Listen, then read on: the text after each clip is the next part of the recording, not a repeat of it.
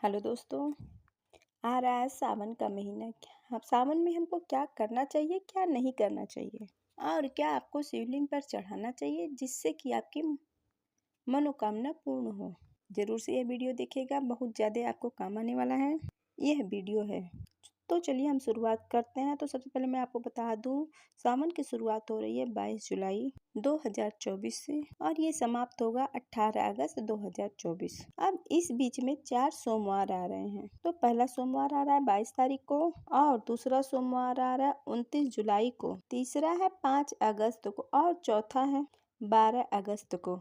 अब आपको समझना ये है इसमें क्या आपको चढ़ाना है, पहले सोमवार को क्या चढ़ाना है, दूसरे सोमवार को क्या चढ़ाना है, ये आपको समझना है। तो वो वीडियो आपको मिलता रहेगा। तो सबसे पहले आप समझ लीजिए कि आपको सावन के महीने में क्या खाना है, क्या नहीं खाना है। सावन का जब महीना आता है तो भगवान शिव की हमें पूजा करनी चाहिए और जो फल होते हैं जैसे कि आम हो गया, लीची हो गया, केला हो गया, अंगूर हो गया, खरबूजा तरबूजा हो गया, ये सब खाना बहुत ज़्यादा लाभदायक होता है और जल्दी इजीली आपको डाइजेस्ट भी हो जाएंगे। इस महीने में कहते हैं कि पत्तेदार सब्जियां नहीं खानी चाहिए क्योंकि खेतों में छोटे छोटे कीड़े रहते हैं और पत्तियों को खा जाते हैं, वो हमारे शरीर को नुकसान करते हैं। तो सावन के महीने में हमें साग वाली पत्ते वाली सब्जी नहीं खानी चाहिए। हेल्थ के नज़र से देखा जाए तो आपके लिए बटर मिल्क, छाछ, दही, अदरक हो गया, ये सब खाना आपके लिए लाभदायक होगा और हेल्थ के लिए भी अच्छा होगा। अब आपको बता दें क्या नहीं खाना चाहिए। तो सबसे पहले आपको बता दो, ऑयली फूड नहीं आपको खाना चाहिए। आपको हैवी खाना अवॉइड करना चाहिए। पालक हो गया, इस सावन के महीने में बैगन नहीं खाना चाहिए। सबसे ज़्यादा जरूरी आपको नॉनवेज नहीं खाना चाहिए। सावन के महीने में हमें नॉनवेज नहीं खाना चाहिए। अल्कोहल आपको अवॉइड करना चाहिए। प्याज लहसुन आपको नहीं खाना चाहिए। आप जानते हैं कि बारिश का महीना है, ऐसे में आप अपने शरीर को जितना हल्का रखेंगे उतना बढ़िया रहेगा। बाहर का खाना आप जितना ज़्यादा अवॉइड करेंगे उतना ज़्यादा आपके लिए अच्छा है। स्पाइसी खाना आप लोग इस समय महीने में खाना कम कर देंगे तो आपके लिए बहुत अच्छा होगा। पूरे सावन के महीने में 2 मंत्र जप आपको जरूर से करना चाहिए और साथ ही साथ आपको हनुमान चालीसा भी करनी चाहिए। भगवान शिव का महीना है तो हमको भगवान शिव के मंत्र का जाप करना चाहिए।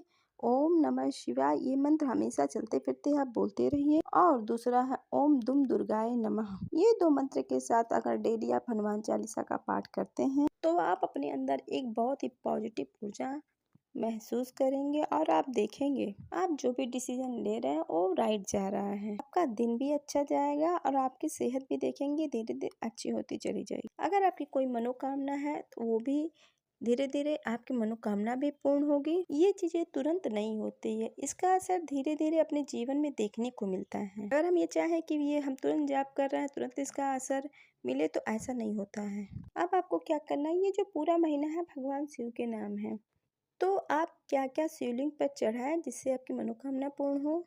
अब आपको बताएं कि अगर आप हम ये जो चीज़ें बता रहे हैं आप तो चाहें तो उसको सोमवार के सोमवार चढ़ाएं, नहीं तो आप चाहें तो पूरे महीने इसको चढ़ाएं। जरूरी नहीं है कि आप मंदिर ही जाएं, मंदिर सोमवार सोमवार जाइए और डेली भगवान शिव को घर में अगर रखें तो आप वहाँ शिवलिंग की पूजा कीजिए। अगर आपके पास शिवलिंग नहीं है तो आप घर के गमले में ही छोटा सा मिट्टी का शिवलिंग बनाइए और वहीं पूजा कीजिए।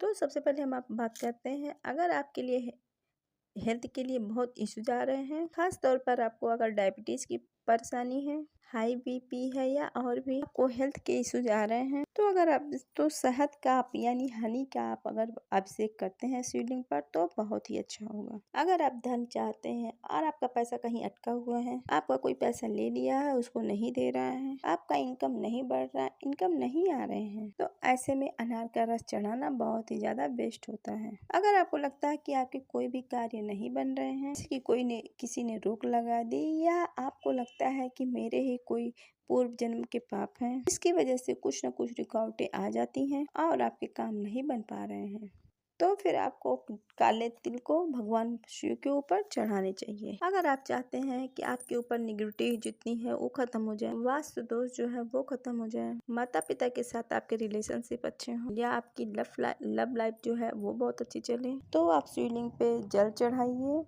और अगर हो सके तो उसमें थोड़ा सा कच्चा दूध मिलाकर आप शिवलिंग पर अर्पण कीजिए। दूध अगर आप चढ़ाते हैं तो घर में आपको सुख शांति समृद्धि आती है। अगर आप कहीं पे बाहर जाना चाहते हैं या आप प्रमोशन पाना चाहते हैं या आप चाहते हैं कि आपके घर में सुख शांति समृद्धि बरकरार रहे, आपके घर में झगड़े ना हो या आपका मन जो है वो चंचल है उसमें स्थिरता आ जाए, जो आपका मन इधर उधर भटकता रहता है, नेगेटिव थॉट्स आते हैं, वो पूरी तरह से खत्म हो जाए, तो आपको क्या करना है, कच्चे दूध में थोड़ी सी केसर मिला के ये दूध आपको शिवलिंग पर जाकर उनकी अभिषेक करना है। जीवन में आप मान सम्मान पाना चाहते हैं, पॉलिटिक्स में आप अच्छी तरक्की पाना चाहते हैं, तो ऐसे में आपको गेहूं शिवलिंग पर अर्पण करना चाहिए।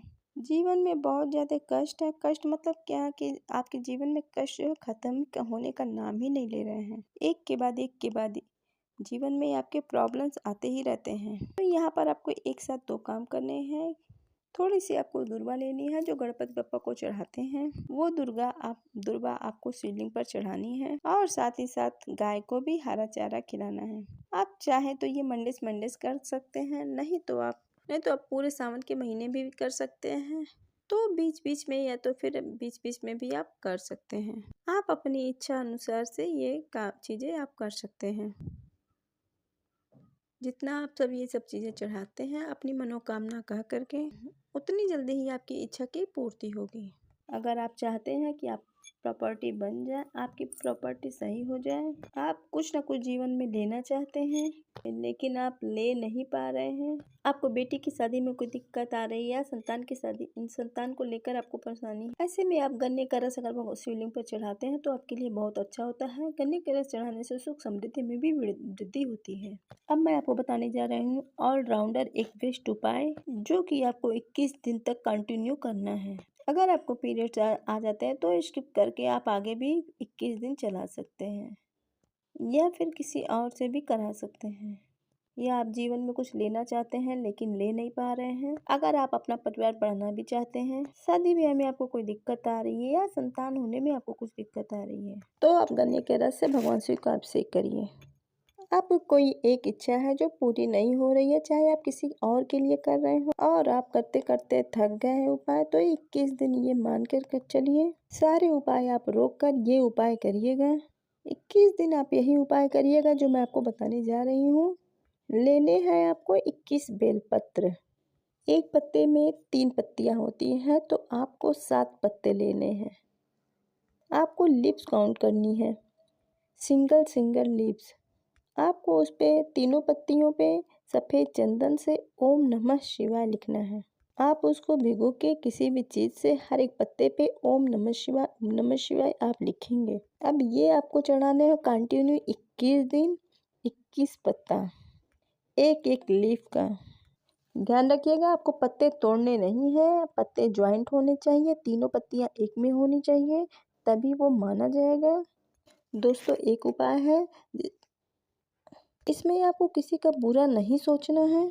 क्या करना है, आपको एक नारियल पानी वाला लेना है। आप 11 दिन तक एक नारियल पानी वाला जाके भोलेनाथ के मंदिर में कंटिन्यू आपको 11 दिन ये चढ़ाना है। किसी भी दिन से आप ये शुरुआत करते हैं, लेकिन जब भी करेंगे आप 11 दिन लगातार करेंगे। अगर आपको पीरियड्स की डेट पता है तो आप पीरियड्स देख के आगे पीछे करिएगा, नहीं इसमें गैप नहीं करना है, इस बात का आप ध्यान रखिएगा। आपको ये उपाय कंटिन्यू करना है और जिस शिवलिंग पर एक दिन चढ़ाया उसी शिवलिंग पर आपको 11 दिन लगातार ही चढ़ाना है, इससे मनोकामना जल्दी सिद्ध होती है। और ध्यान रखिएगा ये उपाय आपको मंदिर में जाकर ही करना है, ये उपाय आपको घर में नहीं करना है। इसी में आपको अगर रुद्राक्ष पहनना है तो ये बहुत ज़्यादा शुभ है। कोई भी रुद्राक्ष आप अपने गले में भगवान शिव को टच करा के उनकी पूजा करके आप पहन सकते हैं। चाहे तो आप 5 मुखी पहन सकते हैं, वो ऑल पर्पस होता है, उसको आप पहन सकते हैं। आप किसी धागे में या चेन में भी पहन सकते हैं। आप उस पर गंगा जल छिड़क दीजिए और पूजा कर लीजिए, पहन लीजिए। आप अगर मंदिर जा रहे हैं तो मंदिर में ही उसको टच करा के आप पहन लीजिए।